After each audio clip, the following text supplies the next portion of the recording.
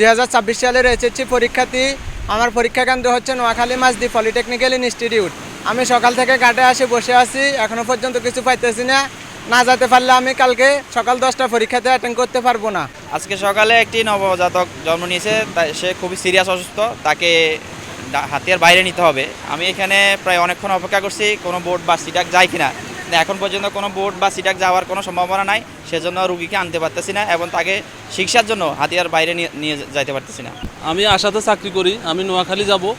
এখন ওই আবহাওয়া পরিস্থিতি অবনতির কারণে টলার কিছু ছাড়ছে না। এ পর্যন্ত আমরা অনেক যাত্রী অপেক্ষা করতেছি নোয়াখালী যাওয়ার জন্য, আমরা যাইতে পারতেছি না নদীর পরিস্থিতি খারাপের কারণে। আগামীকাল আমার সাইকেল প্ল্যান মিটিং আছে, কিন্তু আবহাওয়া খারাপ হওয়ার কারণে আমি যেতে পারতেছি না।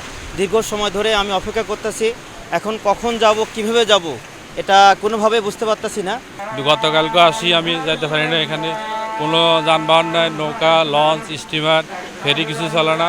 আজকে সকাল 11টা থেকে আসি বসে আছি, কোনো কিছু চলে না। প্রশাসনের কোনো দিক নির্দেশনা পাচ্ছি না।